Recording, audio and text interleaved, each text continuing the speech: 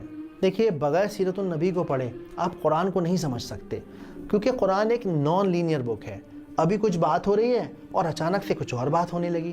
اب یہ جو اچانک والا اینگل ہے نا، یہ آپ کی لائف سے بالکل ختم ہو جائے گا اگر آپ نے سیرت النبی کو پڑھا ہوا ہے. اس کے علاوہ اللہ سبحانہ و تعالیٰ چاہتے تو فرشتوں کو نبی بنا کر بھیج دیتے، جن کے پر ہوتے، جو ہوا میں اڑ رہے ہوتے، اور لوگ انہیں دیکھ کے فوراً ایمان لے آتے. لیکن پھر لوگ کیا کہتے؟ ارے بھائی ان کے جیسے کیسے بن سکتے ہیں، وہ تو فرشتے تھے. اسی لیے اللہ سبحانہ و تعالیٰ نے انسانوں کو رسول اور نبیوں میں سے چنا ہے، تاکہ وہ ہمارے لیے ایک لیونگ ایگزامپل بن سکیں، تاکہ انہیں ہم دیکھ کر سیکھ سکیں کہ کیسے ایک اچھا باپ بننا ہے، ایک اچھا دوست بننا ہے، ایک اچھا بیٹا بننا ہے، ایک اچھا لیڈر بننا ہے، ایک اچھا ساتھی بننا ہے، ایک اچھا پڑوسی بننا ہے. تو ہمارے اخلاق کے لیے بہت زیادہ ضروری ہے، ہمارے ماحول اور معاشرے کے لیے بہت زیادہ ضروری ہے کہ ہم سب کو سیرت النبی کا پتہ ہونا چاہیے، علم ہونا چاہیے. اس کے علاوہ زندگی کے کسی موڑ پر جب آپ اداس ہوں گے نا، آپ کو لگے گا کہ شاید اب جینا آسان نہیں، اب واپس یہ دل دوبارہ سے دھڑک نہیں پائے گا، تب یہ سیرت ہی ہوگی جو آپ کو ایک دم باہوں میں بھر لے گی، آپ کو سکون دے گی، آپ کو آپٹیمسٹک بنائے رکھے گی، آپ کو احساس دلائے گی کہ نبی کی زندگی میں ایسے ایسے مقام آئے ہیں کہ سن کے آپ کا دل پھٹ پڑے گا. لیکن پھر بھی ہمارے نبی نے کبھی کسی کے لیے کچھ برا نہیں چاہا، ہمت رکھی، اللہ پہ بھروسہ رکھا. محمد النبی الامی. اور سب سے زیادہ ضروری، سب سے زیادہ امپورٹنٹ کیا ہے؟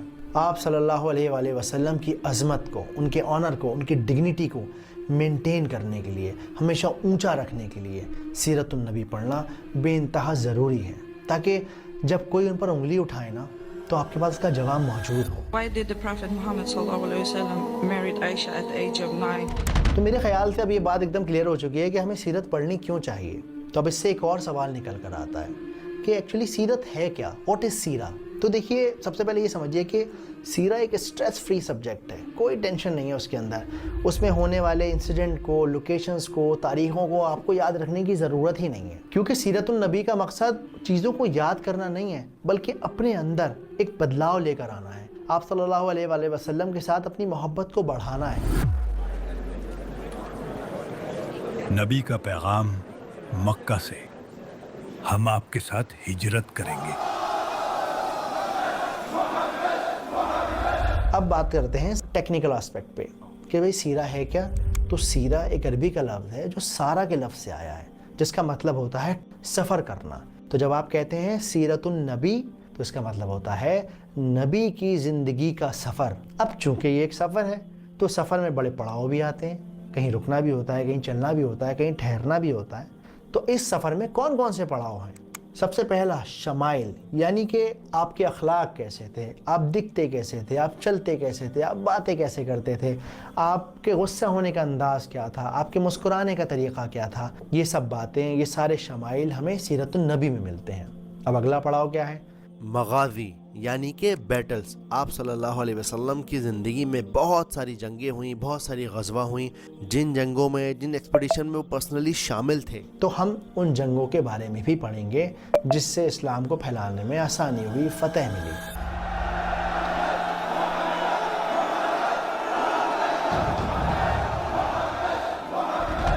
اس کے علاوہ جو تیسرا اور آخری پوائنٹ ہے وہ ہے احوال یعنی کنڈیشنز. اب کیسی کنڈیشن؟ وہ حالات جب آپ بھوکے تھے, وہ حالات جب آپ اکیلے تھے, وہ حالات جب آپ صحاباؤں کے ساتھ تھے. یعنی آپ کی فزیکل کنڈیشن, آپ کی سوشل کنڈیشن, آپ کی ایموشنل اسٹیٹ. بھوک کی وجہ سے میں نے پیٹ پر پتھر باندھا ہوا ہے. اللہ کے نبی نے 2 پتھر باندھے ہوئے. اب جب یہ دونوں باتیں کلیئر ہو چکی ہیں کہ بھائی سیرہ کیا ہوتی ہے اور سیرہ کیوں پڑھنی چاہیے, تو اب یہ بھی جاننا بہت ضروری ہے کہ سیرہ پڑھنے کا ادب کیا ہے. تو ہمارا ادب یہ ہونا چاہیے کہ ہم یہ محسوس کریں, یہ جو 15-20 منٹ میں نکال رہا ہوں یہ صرف اور صرف میرے اور میرے نبی کے لیے ہیں. ڈسٹریکشن سے اپنے آپ کو دور کر لیجئے.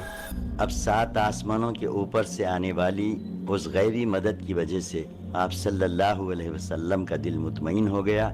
اس کے علاوہ امام مالک رضی اللہ تعالیٰ عنہ کا جو طریقہ تھا وہ یہ تھا کہ وہ وضو کر کے, خوشبو لگا کے, اپنے ماحول کو ایک سکون بھرا بنا کر اس کے بعد آپ صلی اللہ علیہ وآلہ وسلم کی بات کرتے تھے. کیونکہ نبی پاک کو خوشبو بے انتہا پسند تھی, اور خوشبو ایک صدقہ جاریہ ہے. کیونکہ لگا تو اسے آپ رہے ہیں لیکن کچھ دیر کے بعد اس کا فائدہ دوسرے لوگ اٹھا رہے ہیں. آپ کو تو خوشبو آنا ہی بند ہو جاتی ہے, اور انشاءاللہ تعالیٰ اس سے آپ کا ماحول ایلیویٹ ہوگا, پڑھنے میں بھی مزہ آئے گا, اور ایک طریقہ اور ایک ادب ہم سیکھیں گے. صحابہ کہتے ہیں کہ ہمیں نبی کے گھر سے نکلنے کا علم خوشبو کے جھونکوں سے ہوتا تھا, پتہ چل جاتا تھا خوشبوؤں سے کہ نبی تشریف لا رہے ہیں. تو اب ہم آتے ہیں اپنے آخری سوال پر کہ بھائی ٹھیک ہے سیرہ کیا ہوتی ہے ہمیں پتہ چل گیا, سیرہ کیوں پڑھنی چاہیے ہمیں یہ بھی پتہ چل گیا, سیرہ پڑھنے کا طریقہ ادب کیا ہونا چاہیے ہمیں وہ بھی پتہ چل گیا. اب سیرہ کہاں سے پڑھنی ہے یہ تو بتائیے. آپ صلی اللہ علیہ وآلہ وسلم کے گزرنے کے 130-140 سال کے بعد ایک ہسٹورین ہوئے ابن اسحاق. انہوں نے سوچا کہ بھئی دین ایجپٹ میں, افریقہ میں, پرشیا میں, ساری دنیا میں پھیل رہا ہے, تو کیوں نہ میں آپ صلی اللہ علیہ وآلہ وسلم کی زندگی کو ایک جگہ اکٹھا کروں تاکہ لوگ ان کے بارے میں بہتر طریقے سے جان سکیں اور سب جگہ ایک بات مکمل طور پر پہنچ سکے. ابن اسحاق, نبی کی سیرت لکھنا آسان نہیں. یہ جو بیڑا تم نے اٹھایا ہے کافی ہمت کا لیکن بہت مشکل کام ہے. مشکل تو ہے لیکن آپ کی سچی سیرت کو لوگوں تک پہنچانا ضروری ہے. بے شک اللہ تمہارے کام میں آسانی کرے. اب کیونکہ ان کی خود 2 پشتیں آپ صلی اللہ علیہ وآلہ وسلم کے ساتھ رہ چکی تھیں, صحابہ تھے ان کے دادا پردادا, تو انہوں نے الگ الگ صحاباؤں کے پوتوں سے مل کر آپ صلی اللہ علیہ وآلہ وسلم کی زندگی کے بارے میں پوچھ کر ویریفائی کر ملٹیپل صحاباؤں سے سیم نریشن کو ویریفائی کر کے انہوں نے آپ صلی اللہ علیہ وآلہ وسلم کی پوری مکمل زندگی کا جو بایو ڈیٹا تھا وہ جمع کر لیا اور اسے کرونولوجیکل آرڈر میں لگا دیا. یعنی کہ پہلے یہ ہوا, پھر یہ ہوا, پھر یہ ہوا. کہ رسول اللہ صلی اللہ علیہ وسلم نے میرے گھر میں میری باری کے دن میرے لبے اور سینے کے درمیان وفات پائی, اور آپ صلی اللہ علیہ وسلم کی موت کے وقت اللہ نے میرا لعاب اور آپ صلی اللہ علیہ وسلم کا لعاب اکٹھا کر دیا. لیکن جیسا میں نے کہا یہ ایک ہسٹورین تھے, یہ کوئی حدیث اسپیشلسٹ نہیں تھے. اسی لیے جب ہم سیرت النبی پڑھتے ہیں تو ہم وہاں سے کوئی لیگل رولنگ نہیں نکال سکتے. یہ نہیں کہہ سکتے ارے نبی نے ایسا کام کیا تھا اس لیے میں ایسا کر رہا ہوں. نہیں.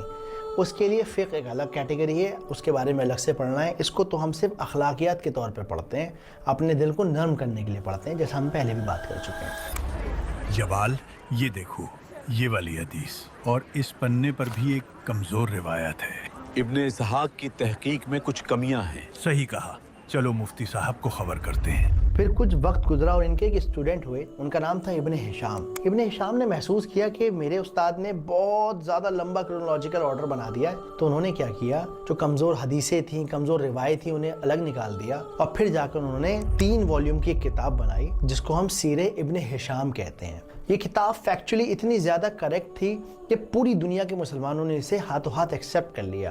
یہاں تک کہ ابن کثیر, امام السیوطی, امام البیہقی, ان سب علماؤں کی کتابیں ابن ہشام کی سیرت النبی پر ہی بیسڈ ہیں. اس کے علاوہ